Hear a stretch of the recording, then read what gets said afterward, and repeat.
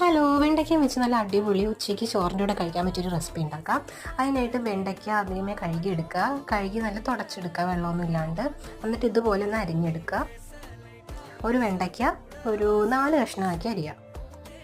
അതിനുശേഷം കുറച്ച് മഞ്ഞൾപ്പൊടി, 2 ടേബിൾ സ്പൂൺ മുളക് പൊടി, 2 ടേബിൾ സ്പൂൺ ഉപ്പ്, പിന്നെ നല്ല ജീരകം കുറച്ച് അതച്ചതിട്ട് കൊടുക്കുക. പിന്നെ എണ്ണ, വെളിച്ചെണ്ണ എന്നിവ മിക്സാക്കി നല്ലൊരു പേസ്റ്റ് രൂപത്തിലാക്കി എടുക്കുക.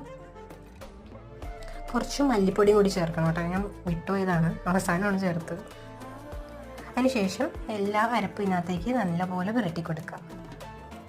എന്നിട്ട് കുറച്ചൊരു 5-10 മിനിറ്റ് മാറ്റി വെക്കുക. കുറച്ച് അരിപ്പൊടിയും കൂടി ചേർത്ത് കൊടുത്തിട്ടുണ്ട് ഒരു ക്രിസ്പിനെസ് വരാനായിട്ട്.